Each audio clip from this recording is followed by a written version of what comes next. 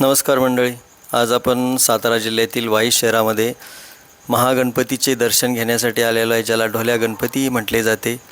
आणि तसेच विश्वेश्वराचेही दर्शन घेणार आहोत. चला तर आपण जाऊया. आता प्रथम महागणपतीचे दर्शन घेऊया. अतिशय सुंदर आणि देखणी अशी ही मूर्ती. वाईचा महागणपती अत्यंत जागृत आणि भव्य मानला जातो. कृष्णा नदीच्या गणपती घाटावर हे मंदिर स्थित आहे. या मंदिराची स्थापना 1762 सरदार परशुराम भाऊ पटवर्धन मिरजकर यांनी केली होती. गणपतीची मूर्ती एका अखंड शिळेतून घडवलेली असून ती अतिशय भव्य आहे. मूर्तीची उंची साधारण 10 फूट आणि रुंदी 8 फूट आहे. तिच्या आवाढव्य आकारामुळे याला ढोल्या गणपती असे म्हटले जाते.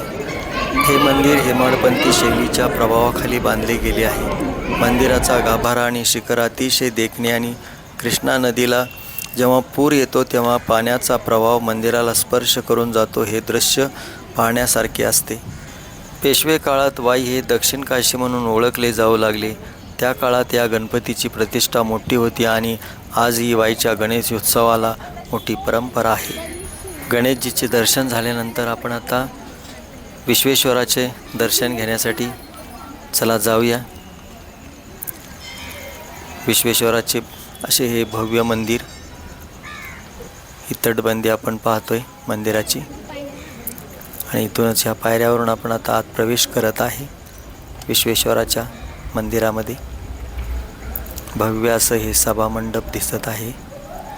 अतिशय सुंदर असं एकाच दगडामध्ये अशा हे पिलर आहेत आणि हे दीपमाळ आपण पाहत आहे. खूप उंच अशी ही दीपमाळ, अतिशय सुंदर आणि रेखीव दगडामध्ये हे बांधलेले. आणि हे पिलर दगडामधले आपण पाहतोय सभामंडपाचे.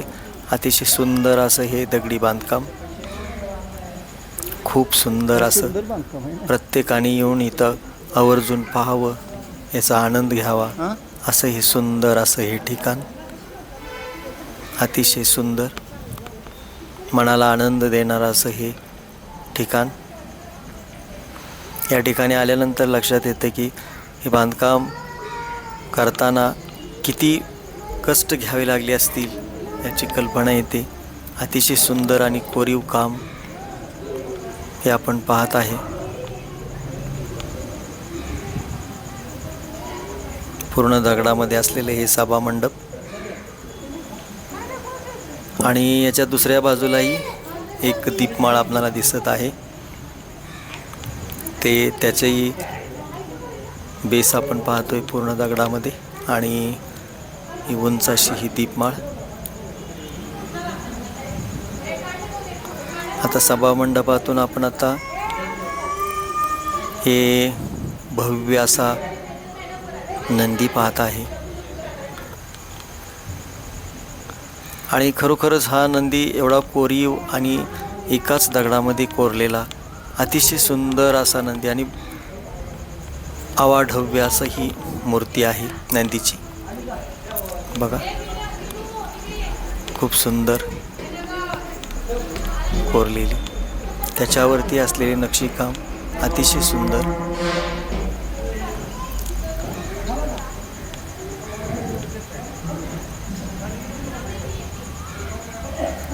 मनाला आनंद वाटणारं हे ठिकाण. आणि नंदी पाहून तर खरोखरच मनाला एक आनंद येतोय, मनाला आनंद मिळतो.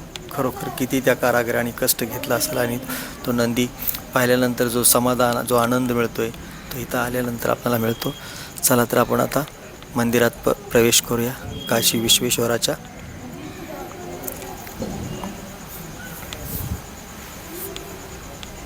मंदिरात जाताना आपल्याला प्रथम कासवाचे दर्शन होते, त्याच्यानंतर गणेशजीचे. हा आपण गाभारा पाहतोय, त्याच्यामध्ये असलेले हे बांधकाम, दगडी बांधकाम आणि सुंदर असं हे डिझाईन, अतिशय सुंदर डिझाईन. पूर्ण दगडामध्ये असलेलं हे बांधकाम आणि दगडांचं कोरलेलं हे कोरीव काम, खूप सुंदर असं हे आपण पाहतोय कोरीव काम. गणेशजीचं दर्शन झालं. वरती अशी पूर्ण दगडच आहेत, पूर्ण दगडामध्ये हे बांधलेलं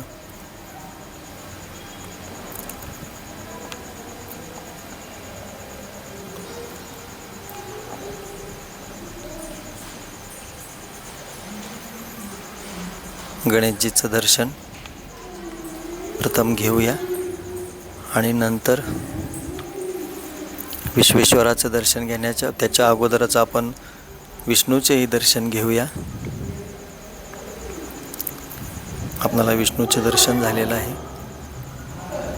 आणि आपण आता हे पाहतोय की समोरच ही चौकट दिसत आहे आणि या चौकटीवर कोरलेलं दगडी काम, दगडावरती, ह्या चौकटीच्या दगडावरती कोरलेलं हे काम अतिशय सुंदर, रेखीव आणि समोरच असलेली अशी ही दिव्य आणि भव्य अशी ही विश्वेश्वराचे हे शिवलिंग. समोरच पार्वती मातेचं मूर्ती आहे.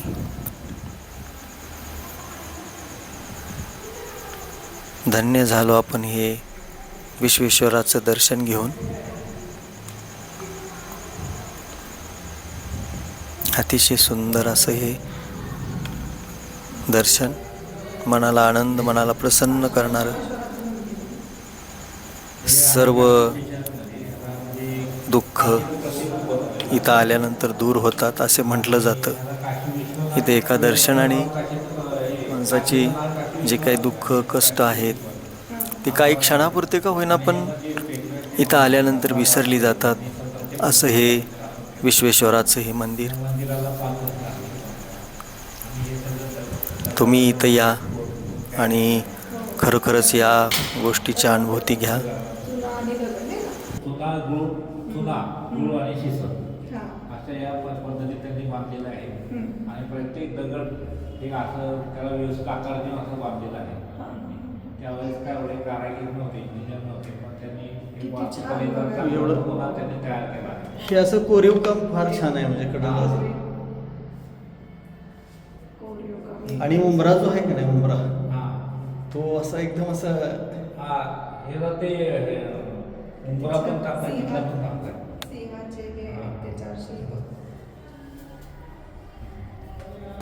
वाईला दक्षिण काशी म्हणण्यामागे या मंदिराचा मोठा वाटा आहे.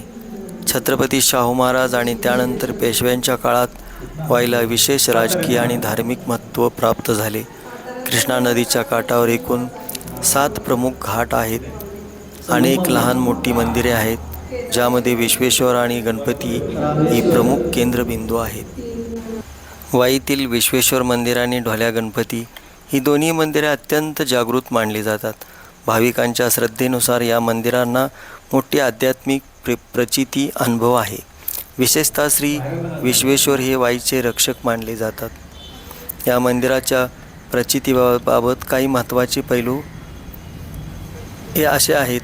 इतिहासात असे उल्लेख आढळतात की पेशवे काळातील थोर मुत्सद्दी नाना फडणवीस आणि सरदार रस्ते हे कोणत्याही संकटाच्या वेळी किंवा महत्त्वाच्या मोहिमेवर जाण्यापूर्वी विश्वेश्वराचा आशीर्वाद घेत असत. अनेक कठीण प्रसंगातून मार्ग काढण्यासाठी या देवाने आपल्याला शक्ती दिली अशी त्यांची श्रद्धा होती.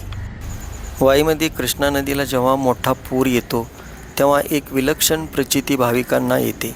पुराचे पाणी अनेकदा विश्वेश्वर मंदिराच्या गाभाऱ्यापर्यंत किंवा ढोल्या गणपतीच्या चरणापर्यंत पोहोचते. असे मानले जाते की कृष्णामाई स्वतःहून ह्या देवतांना अभिषेक करायला येते. पाणी चरणांना स्पर्श करून उतरू लागले की पूर ओसरतो, अशी स्थानिक लोकांची पक्की धारणा आहे. अनेक भक्त असे सांगतात की जेव्हा ते मानसिक विवंचनेत किंवा तणावात असतात तेव्हा विश्वेश्वर मंदिराच्या गाभाऱ्यात बसल्याने त्यांना विलक्षण शांतता लाभते. मंदिराचे पाषाणी बांधकाम आणि तिथे असलेला नंदी यांचा प्रभाव इतका सात्विक आहे की तिथली ऊर्जा भक्तांना संकटाशी लढण्याची बळ देते. मनातील इच्छा विश्वेश्वरासमोर व्यक्त केली की ती पूर्ण होते, असा अनुभव पिढ्यानपिढ्या वाईकर सांगत आले आहेत. विश्वेश्वराच्या शेजारीच असलेल्या गणपतीबद्दलही अनेक अनुभव सांगितले जातात. या गणपतीला विद्यारंभी किंवा कार्यसिद्धी देणारा मानले जाते. अनेक विद्यार्थी परीक्षेपूर्वी किंवा लोक नवीन व्यवसायाच्या सुरुवातीला येथे साकडं घालतात आणि त्याची कामे यशस्वी होतात, अशी त्यांची प्रचिती आहे. या मंदिराची प्रचिती ही केवळ वैयक्तिक फायद्यापुरती मर्यादित नसून ती वाई शहराच्या सुरक्षिततेशी जोडलेली आहे. वाईवर येणारी अनेक संकटे या देवतांच्या कृपेने टळली आहेत, असे येथील जुने लोक आजही विश्वासाने सांगतात. तुम्हाला या मंदिराला प्रत्यक्ष भेट देऊन दर्शन घ्यायचे आहे का? किंवा तुम्ही स्वतः तिथे कधी अनुभव घेतला आहे का? या दोन्ही मंदिरामध्ये एक अतिशय दुर्मिळ योगायोग आहे, जो फार कमी लोकांना माहीत असतो. एकाच शिळेतून निर्मिती. असे म्हटले जाते की ज्या आवाढव्य काळ्या पाषाणातून महागणपतीची 10 फूट उंच मूर्ती घडवण्यात आली, त्याच पाषाणाचा उरलेला भाग वापरून विश्वेश्वर मंदिरातील भव्य नंदी तयार करण्यात आला आहे. यामुळे या दोन्ही मंदिरामध्ये एक अदृश्य आध्यात्मिक बंध असल्याचे मानले जाते. गणपती हे बुद्धीचे आराध्य दैवत आणि नंदी हे शिवभक्तीचे प्रतीक. दोन्ही एकाच मूळ तत्वातून दगडातून साकारले गेले आहेत.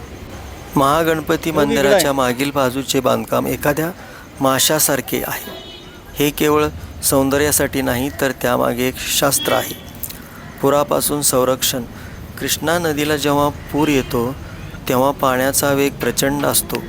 मंदिराची मागील बाजू त्रिकोणी आणि नौकाकृती असल्यामुळे पाण्याचा प्रवाह विभागला जातो. यामुळे मंदिराचा मूळ वस्तूला धक्का लागत नाही. 1762 पासून आजवर अनेक महापूर येऊन हे मंदिर अढळ उभे आहे, ही एक मोठी प्रचितीच मानली जाते. विश्वेश्वर मंदिरातील नंदी हा केवळ दगडी मूर्ती नसून तो शिल्प सौंदर्याचा कळस आहे. नंदीच्या गळ्यातील माळा, अंगावरील दागिने, त्याच्यावर असलेले दगडी घुमट अतिशय कलाकुसरीने सजलेले आहे. या मंदिराच्या सभामंडपातील खांबावर अशी काही नक्षी आहे की ती एका बाजूनी पाहिली तर भगवान गणेशाच्या आकृतीसारखे भासते. वाईचे जुने नाव विराट नगरी होते. असे मानले जाते की पांडवांनी आपल्या अज्ञातवासातील काही काळ याच भागात घालवला होता. त्यामुळे या भूमीला पावन मानले जाते. येथील पाणी कृष्णा जल तीर्थ मानून प्राशन केल्याने अनेक आजार बरे होतात, अशी ही जुनी श्रद्धा आहे. स्थानिक लोकांच्या मते महागणपतीची मूर्ती आजही वाढत आहे किंवा हालचाल करते, असे काही जुने जाणकार सांगतात. अर्थात हे श्रद्धेचे विषय आहेत, पण तिथली ऊर्जा, एनर्जी इतकी प्रबळ आहे की नास्तिक माणूसही तिथे गेल्यावर नतमस्तक होतो. तुम्ही इथं या आणि या सर्व गोष्टीचा जरूर आनंद घ्या.